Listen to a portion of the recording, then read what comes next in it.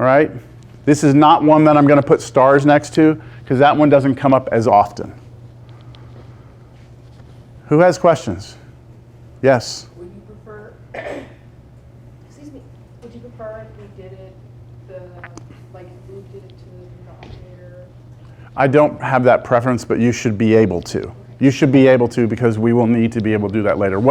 I think what's being asked here is, am I okay with that, or am I going to force you to now push this back down as an x to the positive 3/2, right? Which is what it actually is, right? Push that down. And now, this could even be rewritten as 1 over, I could go back to the notation like this and write square, well, I don't need the square root, but I'll put it there anyway. I could rewrite x to the 3 over 2 as the square root of x cubed. That's that property I just boxed a minute ago and put a star next to, right? I could write that. And then I could put those together and make this negative 1 over 2 square roots of x cubed. That would be an equivalent answer, right? This is the same as that. And the question was, do I require this? And the answer is no. But do I expect you could go from here to here? Absolutely yes. Okay, because this is not a calculus topic. This is an algebra topic, right? All right, I want to show you something on this problem. Let me not do it in blue. So somebody's going to take a test in this class, and I'm going to go grade it, and they're going to have this problem on the test, and here's what they're going to give me.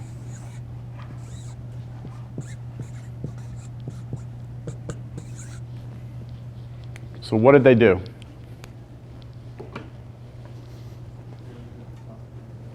Yeah, they did the derivative of the top, and then they did the derivative of the bottom, right? The top is 1. 1 is a constant. What's derivative of a constant? 0. Okay, the bottom is the square root of x. What's derivative of the square root of x? Well, that's one I told you to burn into your brain. So this student said, I burned it in my brain, I got it. And they did the derivative perfect, right? And they said, okay, 0 over anything is 0. What's wrong with this is that I never gave you a rule that said when you have a division, right, that you're allowed to take the derivative of top and bottom separately. Did I ever say you could do that? And when I say that, it's not like me, it's just, I'm just telling you the rules have not been established that you're allowed to do that, right? This student has assumed that that's true, that you can just do top and bottom separately, and this is completely wrong. If it were this way, okay, if this is the way calculus worked, calculus would be a much easier class because you would just keep doing these rules, oh, just do top and bottom separately, and it's going to turn out that that's going to be not so pretty, all right? Well, dealing with fractions is not going to be easy. All right, so that's wrong. Maybe one more, and then I'm going to prove it to you.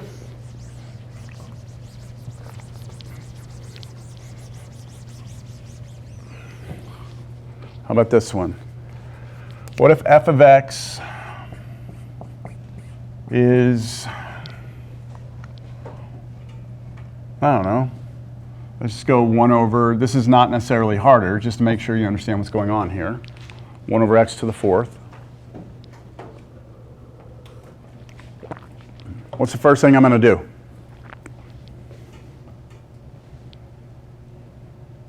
I want the derivative of this. What's the first thing I'm going to do?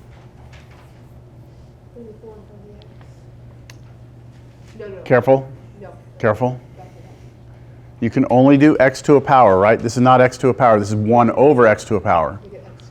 Make this x to the negative 4 first. Okay? You've got to rewrite this to be x to a power. So I'm going to take this x to the 4th. I'm going to push it to the top, which makes it x to the negative 4. And now I can use the power rule.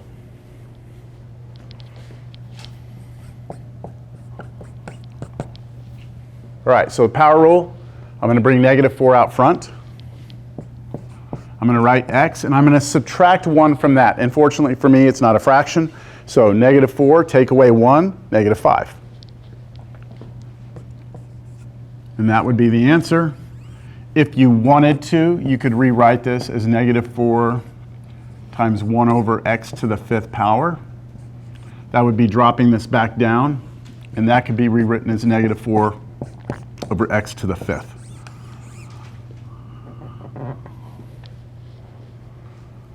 These are both the exact same thing, right? These mean exactly the same thing. I'm having a hard time, like feeling like getting the sense. Are y'all getting this? I mean, anyone have any questions? All right, we will get more practice with this, all right? We will get more practice for sure. I'm going to prove the rule, all right? You ready? This is going to be a mess, but you don't need to copy this down. I would prefer you just pay attention and see if you can follow what I'm doing. And just don't be like, this isn't your time to like check your email or whatever, you know what I mean? Like just at least give me your attention. All right, so first thing I'm gonna do is over here I'm gonna write down the limit definition of the derivative. This is what we established last class, or the class before, as the master formula for finding a derivative, right? If we're gonna use a limit, that's the master formula. And so what I'm gonna do is I'm gonna take this up here, I'm gonna take x to the nth power, I'm gonna treat that as my function. So my function is x to some power n, and now I'm going to try and find the derivative using that formula. So the derivative of this is the limit as h goes to 0 of, okay, first thing I have to do is plug x plus h into that formula, right? I've got to plug x plus h in right here. So if I do that, I get x plus h to the nth power, right? That's what would happen if I plug x plus h into this. And then I subtract from that f of x. What's f of x? X to the nth power, right? Like that. And then all of this is divided by h. Okay, so that's just that formula, right? Y'all see that? Now, this right here, x plus h to the n, that means I've got to do x plus h times x plus h n times, right? Well, I don't know what n is, do I? I don't. So if you go back in your notes, I could probably bring it up. Let me see, maybe I can bring it up. Do you want me to bring it up or just put it up here? What do you want? We did Pascal's triangle. Remember Pascal's triangle? And at the very end, I said, hey, let's look at this step because I'm going to need this. I need it right now. So if you go back in your notes, you will see that I won't bring up the video. You can go back. But if you go back in the notes, Pascal's triangle, what we did is, I believe we had all worked together to try and figure out a formula for this. And it turned out to be, trying to remember exactly what I wrote, but it would be x to the n plus n, x to the n minus 1 times h, plus, and then we said some number, and then it would be x to the n minus 2 times h squared, plus, and then we said a bunch of stuff, and at the very end we have h to the n. You have to go back and, do you have it right there? Yes, you do? Did you write it? No, I don't need it out. I just want. I wrote the formula that we wrote, and then there's. Very good. Okay, so it is in our lecture notes. If you want to know, you go back and watch that video. You can see how we developed this formula. All right? So the important parts of this formula say that this right here to the nth power, the very first term will be x to the n. When you multiply everything out, it'll be x to the n. The next term will be plus n times x to the n minus 1 times h. The next one will be some number, and we didn't care what it was. And then x to the n minus 2, and then h squared. And I don't know if you remember this, the pattern was that the powers on the x go down, and the powers on the h's come up. All right, so with that, I'm going to write the next line. Limit h goes to 0.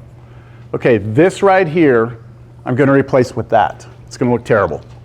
X to the n plus n x to the n minus 1 times h plus some number I don't know times x to the n minus 2 times h squared plus, I've got to erase this now, plus a bunch of other crap that I don't even know, plus h to the n is the last term. That right there is what that turns into. But we still have minus x to the n, right? And then all of that over h. Okay. The goal is to see if we can get an h to cancel, right? That's the goal. Well, do y'all see that this goes away? Those two are exactly the same, aren't they? And what can you tell me about every single one of these terms from here on? They all have what? At least one h, right? This one has one h, this one has two factors of h, the next one would have 3, 4, 5, and then you get to the end, we have n of them, right? N h's in that last one.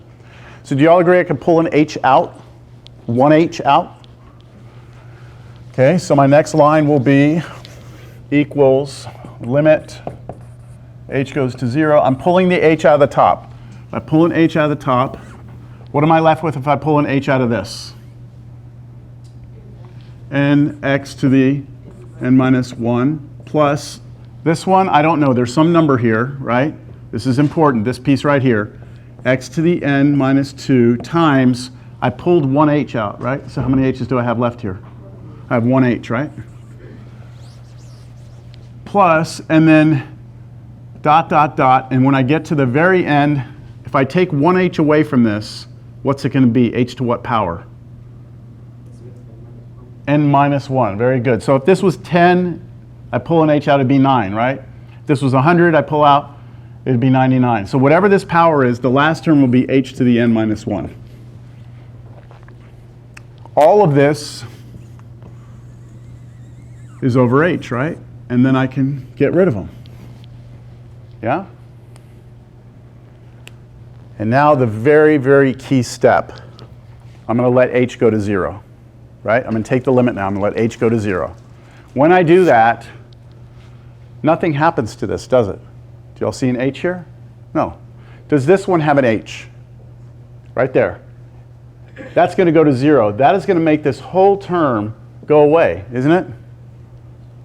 Does the next term, even though it's dot, dot, dots, there's terms in here, does the next term have an h in it? Yes. So it's going to go away. Does the one after that have an h in it? Yes. Is it going to go away? Yes.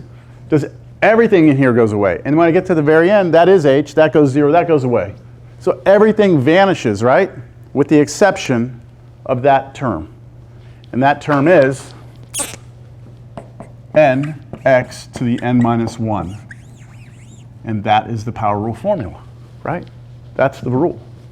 So that is the proof that when you take the derivative of x to the n, you get n times x to the n minus 1.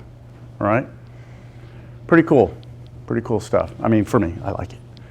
There's your proof. So we've proven it. We move on. Yes? Let's look at our next rule. The rules get harder to prove. All right? They get harder and harder to prove. But they are really, if you liked that, you'd like the other ones as well. All right, the next rule is the constant multiple rule. And this one confuses students. So what this rule says, let me back up.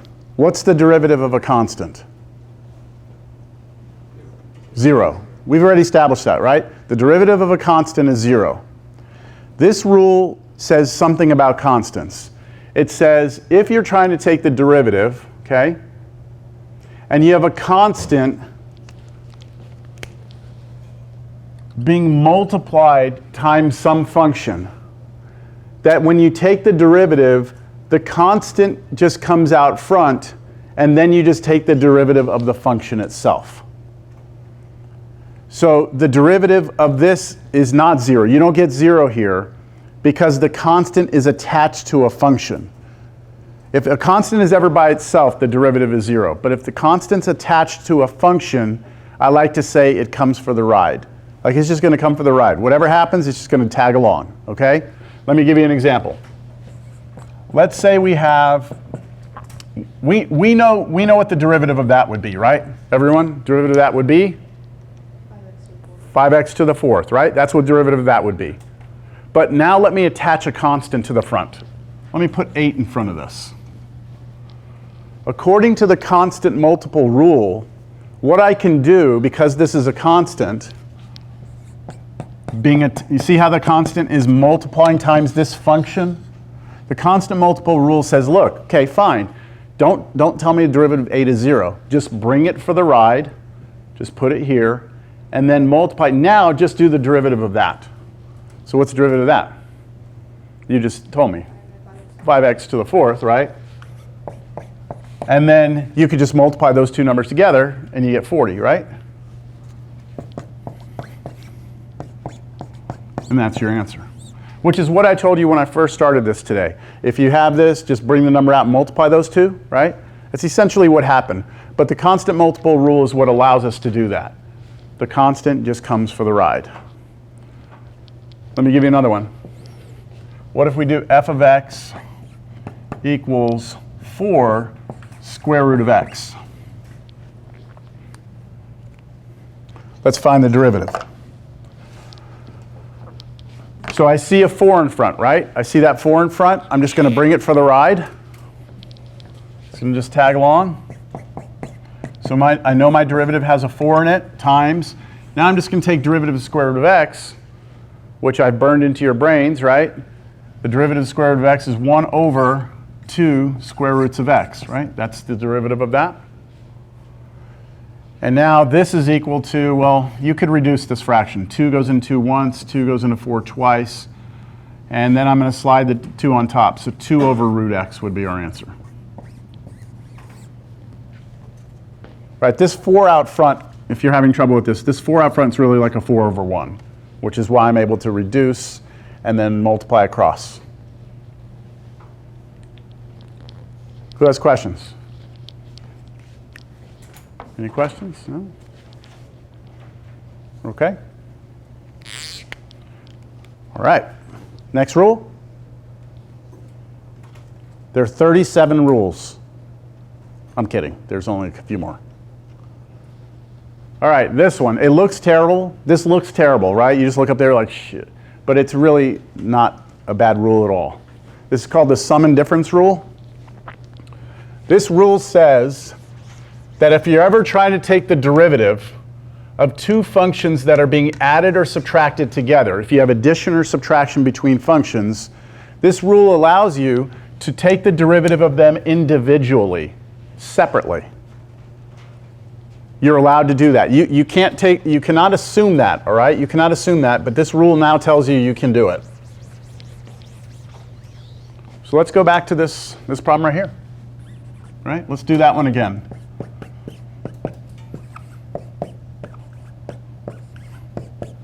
I have two functions, right? And they're being separated by subtraction. Am I allowed to look at the derivative of each one separately? Yes, because that rule says I can, right? So if I go and look at this one, the derivative of this first one, right? I'm just going to bring the 3 down and then pop the 5 out and then reduce this power by 1. And that's where that 15x to the 4th comes from. Oh, wait, sorry. Wait, I'm sorry. I wrote the problem down wrong. I'm sorry. That's a 2. Apologize. It's like, why isn't it working? The math is falling apart here. So it was a 2. So you bring the 2 out front. It's going to hit the 3, become 6, and then we have x to the 1st, and then minus. And then this one, look at how I'm going to do this one. I'm going to bring the 5 down, okay? Bring it for the right, and then the derivative of x is 1. That was the second rule we learned, right? Derivative of x is 1. So 5 times 1 is 5. What about this? What if I give you this function? How about 6x cubed minus the square root of x plus 3x minus 10. I want the derivative of this.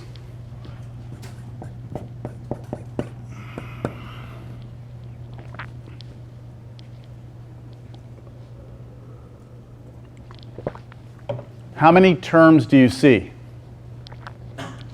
4 terms, right?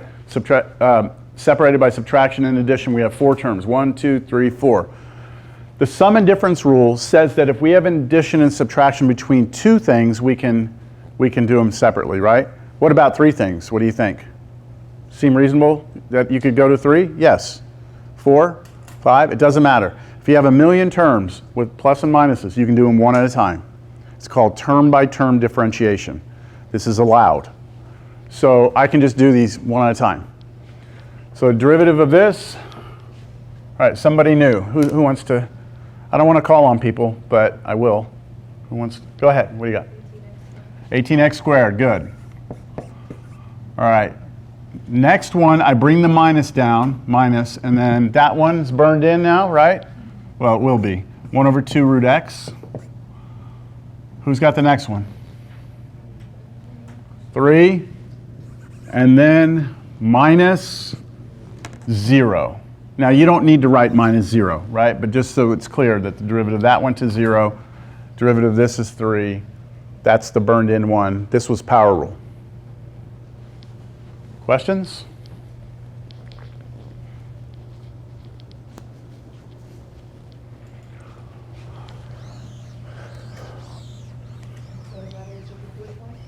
That's, well, I wouldn't put the 0 at the end, but Besides that. yeah, besides that, box it up, we're done. These rules are nice, yes? Much better than doing limits, right? Okay, how about this one?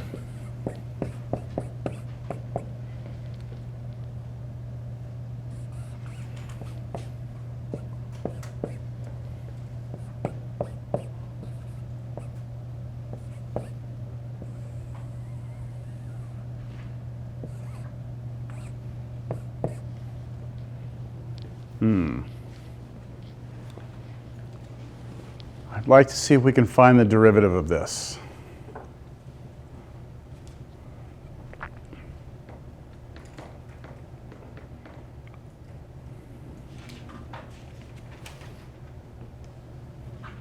If this square root of x was not here on the bottom, could you do this problem? On the top, you just have 4 terms. You just do them one at a time, right? If this wasn't here, and that's all I gave you, just right there, not even a fraction, just that, you could take a derivative of that, right? So individually, you can take these derivatives, right? Individually, separately. But the problem is, again, there's no rule that says you're allowed to do that. If you have division, you are not allowed to do derivative of the top and bottom separately, right? A rule like that, I would have to present to you, right? And I haven't. So you cannot do that, right? You can't. So with a problem like this is a problem that always gets students on a test. They try and do crazy things with us. The only thing we can do is x to powers, right? X to a power, I can handle that as long as I've got pluses and minuses between them. But fractions like this I can't deal with, so I look at it. Anybody know what I'm doing?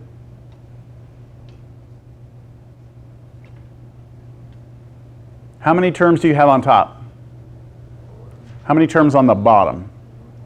1. I intentionally made it 1 term for a very, very specific reason. Could you divide it out or no? How do you mean? Like pull out the x squared or the square root of it. Mm-hmm. Pull out both of them? Well, you mean factor? Yeah, factor. You could factor square root of x, but you'd have to factor it from each of these terms, right? You would have to pull out of each one of these. Not to say it can't be done, but that's probably not our clearest path forward.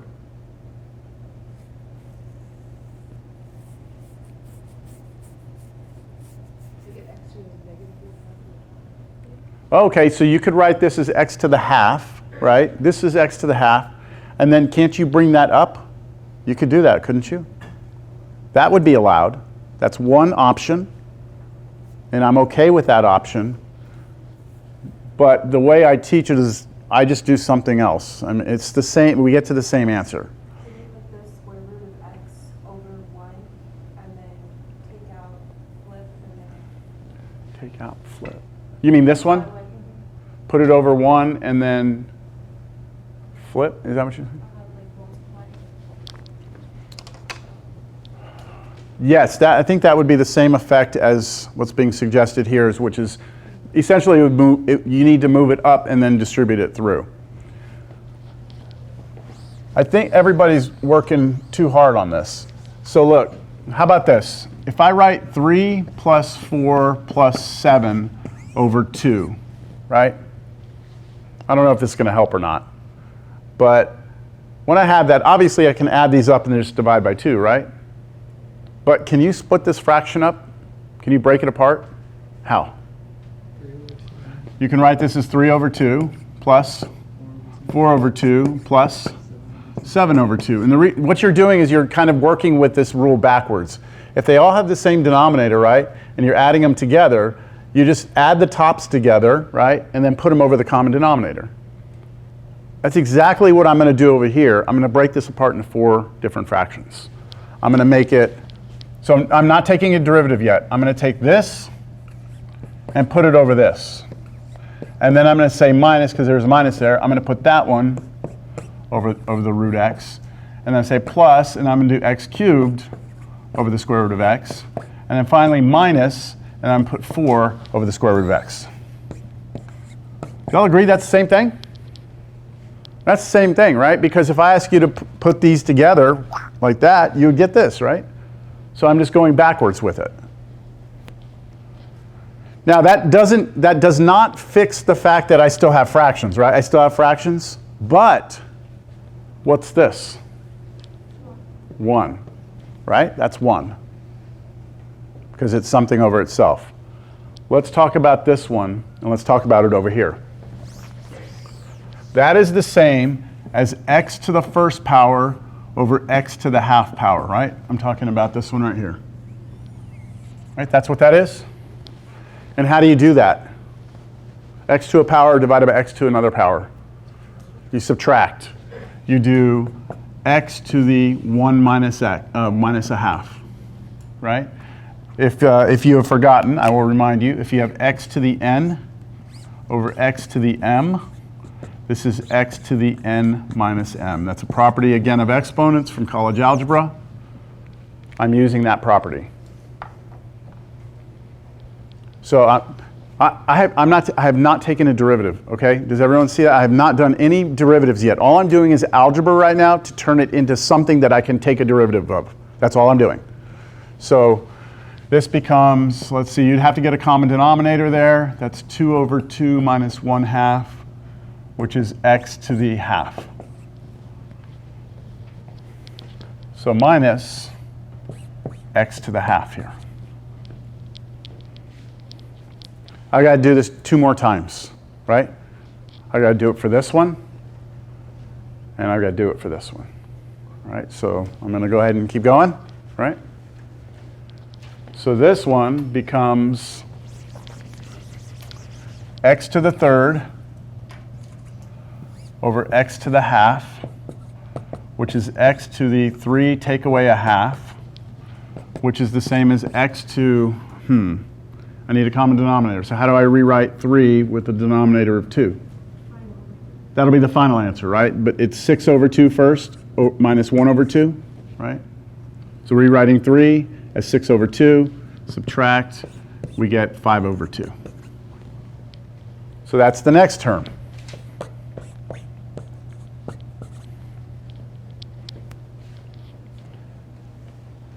Are y'all okay with this? Any questions? Minus, okay, last one. Now on this one, I could try and do it that way, but I think it's easier just to see that I don't have an x on the top, right? So this is really just x to the half on the bottom, right? And I can just push it up top and make it x to the negative half, like that.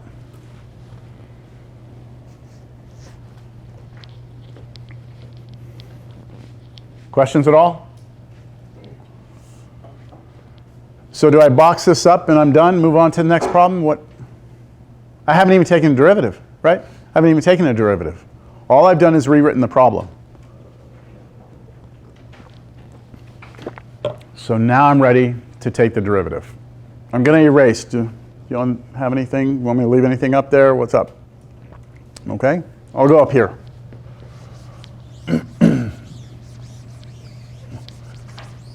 All right, so now derivative time. All right, the derivative of 1. 0. Okay, I'll put the 0 there. I don't need it, but I will. Okay, then I'm going to put minus. All right, power rule. 1/2 comes out. Oh, wait a minute, hold on. Isn't this square root of x? It'd be nice if you recognized that that's the square root of x. Wouldn't that be nice if you recognized that? Because we use it so much. That's really what that means, right? So derivative of this should be 1/2 root x. I'm just going to put it here. This one is not that special. This is the one I asked you to please, look out for. This is not. So I'm just going to use a power rule here. So what comes out front? 5/2. So 5/2. X to the, okay, now I'm not going to show this work this time. I'm just going to do it. I'm taking 5/2 and I'm subtracting 1, which is the same as taking 5/2 and subtracting 2/2, which is 3/2. So 3/2. Done with that one. This one, power rule, right? What happens when I bring this negative 1/2 out and it hits the negative 4? It's going to be positive what? What's half of 4? 2. So this is going to be positive 2. X to, I've got to subtract 1 from that, don't I? So negative 1/2, subtract 1. Negative 1/2, subtract 1 is the same as negative 1/2, taking away 2/2, negative 3/2.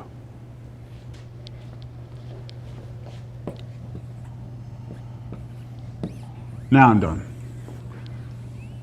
I would probably get rid of that 0, but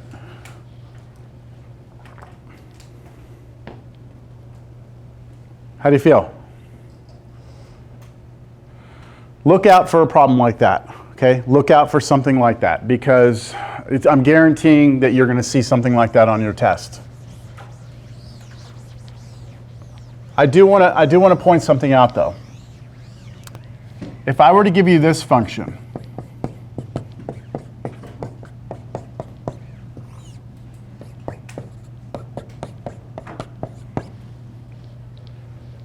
and ask you for the derivative, could you do the derivative of the top by itself? If that's all it was the top, could you do it? Yeah? You could do that by itself, right? Could you do that by itself? Yeah? But because I have a quotient, right, a fraction, I cannot just do derivative top and bottom separately. Could you split it the way we just did? Well, I don't have one term down here. You see that? I have 3. So you're not going to be able, I mean, you could do it. You could split it. It would have to look like, this is what it would have to look like, though. X squared over x cubed plus x plus 4 plus x over x cubed plus x plus 4, and then minus 1 over x cubed plus x plus 4. And this, you are not going to be able to use that property of exponents to rewrite these, because you can't split that up. Do we all understand that? When you have fractions like I showed you,